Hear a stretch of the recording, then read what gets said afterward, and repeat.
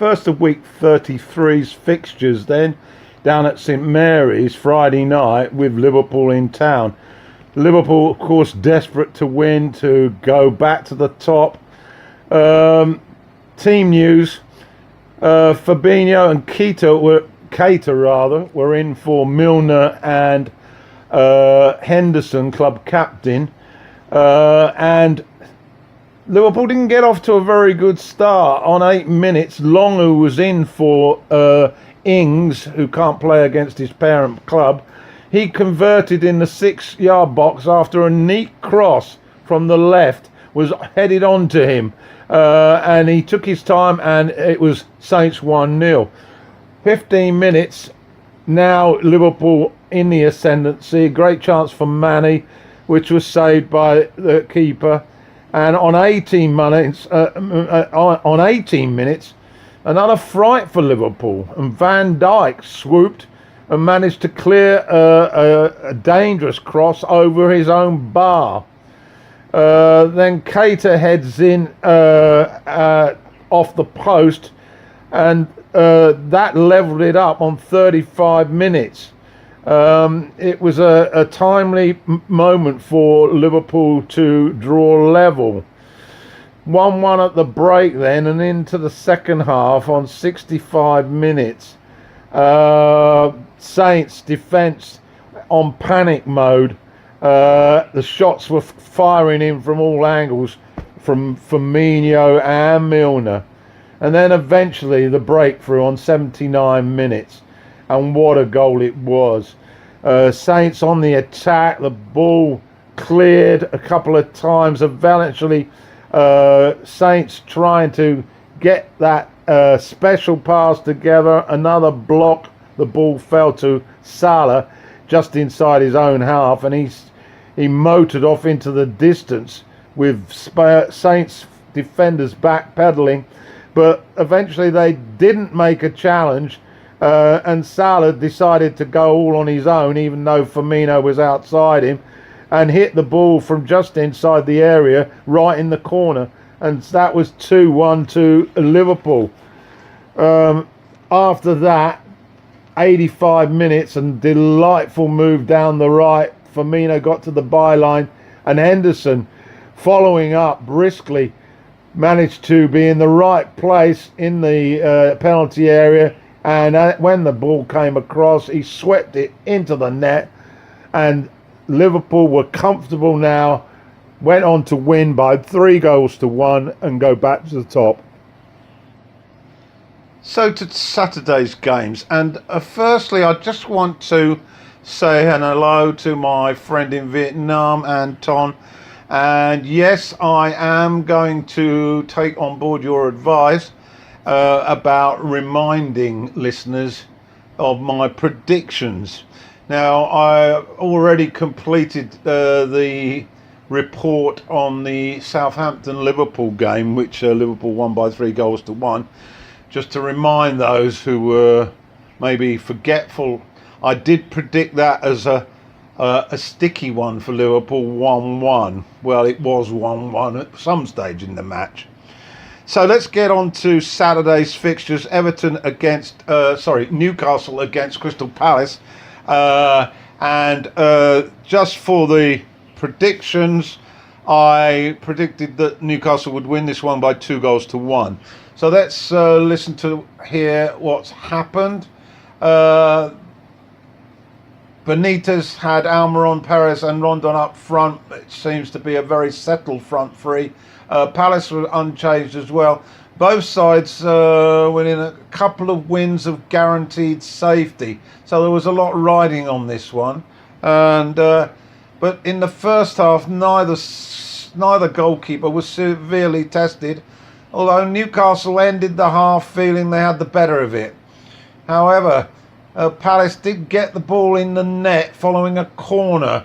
Tompkins hitting the ball through a crowded penalty box past Dubrovka, but our linesman flag alerted the ref to the fact that another Palace player was standing offside and likely affecting Dubrovka's vision, so the goal was disallowed. Second half then, Really nasty injury for Leisure, his knee. He had to be carried off early on, and there was a huge chunk of time delayed on that, which we would get at the end of the match. And Palace weren't without their problems. Tompkins also suffered a groin strain, and he had to be replaced as well. It looked like the game was going to peter out, but then the game was decided by a piece of Sahar magic. He's a player that you just got to keep an eye on, and he managed to pick the ball up. He waltzed into the box, jinked one way, jinked another way, and guess what? The defender caught his leg, over he went, and the referee awarded a penalty. This was 81 minutes. And guess who stepped up? Milivojevic converted his 10th penalty from 11 so far this season. A remarkable statistic. And Palace walked away with the 1-0 win. So much for my 2-1 prediction. John Smith Stadium, Huddersfield at home to Leicester. Huddersfield already relegated, of course. I predicted this to be a 1-1, and I was way off. Let's get to the action. On 23 minutes, the Belgian Tielemans hit a nice strike from outside the box, following a corner, and that was 1-0 to the Foxes. And a little bit later, across from Pereira and Vardy, this is 47 minutes, Vardy nipped in to make it 2-0. A couple of minutes later, there was an incident in the box, Leicester's box, which led to a penalty decision for Huddersfield. Moy stepped up to reduce the arrears. It looked like the defender had got to the ball, but the referee saw differently. That gave Huddersfield some hope, but it didn't last that long. 78 minutes, a nice free kick from outside the box, 30 yards out. Madison, who has a habit of curving these shots round the wall, he did it again, and it went into the corner, and Hamer, deputising for Losel, found wanting. So that was 3-1 for the Foxes, and they put the icing on the cake when Vardy went round the goalkeeper, wide of the keeper, I might add, and he was brought down, and he stepped up to convert the penalty. So that was Rodgers happy. Leicester 4-1. Vardy, I think's now got to number 2 in the all-time scorers for Leicester, nearly up with Lineker. So final score at John Smith Stadium, it's Huddersfield 1 and Leicester 4. So to the Vitality Stadium, Bournemouth at home to Burnley. My prediction for this one was a 2-1 win for Burnley. Team news, poor form by Bournemouth, but so they had King and Wilson up front. The combination of Barnes and Wood retained by Burnley.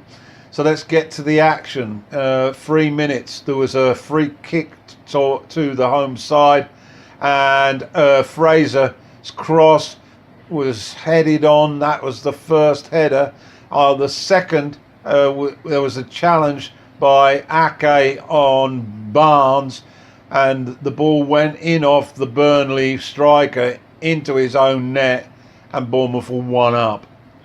They didn't take long to respond though, Burnley, and they were looking more accomplished. 17 minutes, Wood headed in from a corner after Begovic had made a right mess of it. He got nowhere near the corner, and it was a big error. That was the first of many by the keeper. 1-1 then. A matter of minutes later, Westford passed the ball into the corner after a McNeil cross was poorly cleared. So 2-1 to Bournemouth, to Burnley rather, a complete turnaround. And then on 24 minutes, up the other end, Callum Wilson had a great opportunity to equalise, but he managed to head it over. So that was the state of the play at the break. After the break, 56 minutes, Burnley established a 2-goal buffer when Barnes finally got the ball in the right part of the field. He got the ball in the net to make it 3-1. It followed another cross that Begovic made a meal of, and the ball was pushed out by Begovic, but only for an assist to Barnes, who neatly slotted it home. Bournemouth really didn't have many chances after that, and they looked a bit lacklustre. But at the final whistle, Deitch was delighted with the 3-1 win. So my prediction not too far off on that one. So to the solitary game on Sunday at Goodison Park, Everton versus Arsenal. My prediction here was 3-2. Team news: Ozil was made captain for Arsenal. Lacazette up front with Mkhitaryan. Aubameyang on the bench. Everton looking unchanged, I thought, with Richarlison and Calvert-Lewin, the twin strikers. We saw an early raid by Arsenal following a mistake by Gomez, but nothing happened from the resulting corner. A nasty challenge from Guendouzi on Dania received a yellow card. And then on 9 minutes, a real mess in Arsenal's box following a long throw. And Jagielka popped up to push it over the line from within the 6-yard box. This guy doesn't score very many, and in fact his appearances this season have been very short in number. Anyway, 1-up Toffees. Things were going against Arsenal, and they started to moan and groan at every refereeing decision, and it really became quite a strain watching these guys in red, reminding me of the Arsenal of old, complaining all the time under Wenger. 35 minutes, Arsenal had a half chance, but they were looking very hurried, and Everton's high press was upsetting the playmakers. Everton finished strongly, and we went to the break 1-0 with Arsenal still complaining to the referee. Into the second half then, and Ramsey came on, and Aubameyang for El Neni and Kolasinac. On 47 minutes, a Ramsey volley went just over after a poor punch from the England keeper Pickford. But after 15 minutes of Arsenal pressure, Everton stemmed that tide, and they started to create their own opportunities, with Calvert-Lewin looking quite a threat. And Everton were having more possession. 69 minutes. And let's see what happened. A shot was blocked by the Arsenal defence, protecting Leno. 70 minutes, a snapshot went wide from one of the Arsenal midfield. Everton had a break on 71 minutes, and Richarlison's centre for Sigurdsson his shot went straight over the bar. Another gilt-edged chance for Richarlison on 73 minutes, but he hit it wide. Everton were good value at the final whistle, winning this one 1-0. Good result for the Red Devils, of course, with Arsenal slipping up. Their away form has been woeful this week. So final score: Everton 1, Arsenal 0. So to the Monday night match played at Stamford Bridge, Chelsea versus West Ham. Chelsea needing to keep the pressure on in that fight for the top four finish. 11 minutes, Emerson free kick for Chelsea went just over. And then on 23 minutes, a piece of absolute individual brilliance from Eden Hazard. He picked the ball up just inside West Ham's half. He ran at the defence. He went past three defenders and then slotted it in the corner. It was a thing of pure beauty. And what a world-class player this man is. So West Ham looking like statues. All of a sudden, Chelsea won up. A couple of minutes later, Hazard would have it again, this time with a delectable over-the-top pass to Higuain, but his effort struck the woodwork from about 4 yards out. Chelsea were in complete control at this stage, and on 40 minutes, Hudson-Odoi, playing on the right, forced a good save from Fabianski. Another neat move on 42 from Kante, whose cross found Higuain, but his effort went just wide.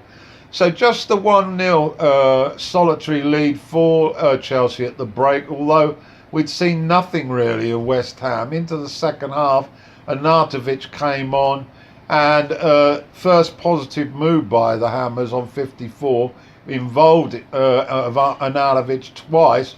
Lanzini's shot was saved well by Kepa.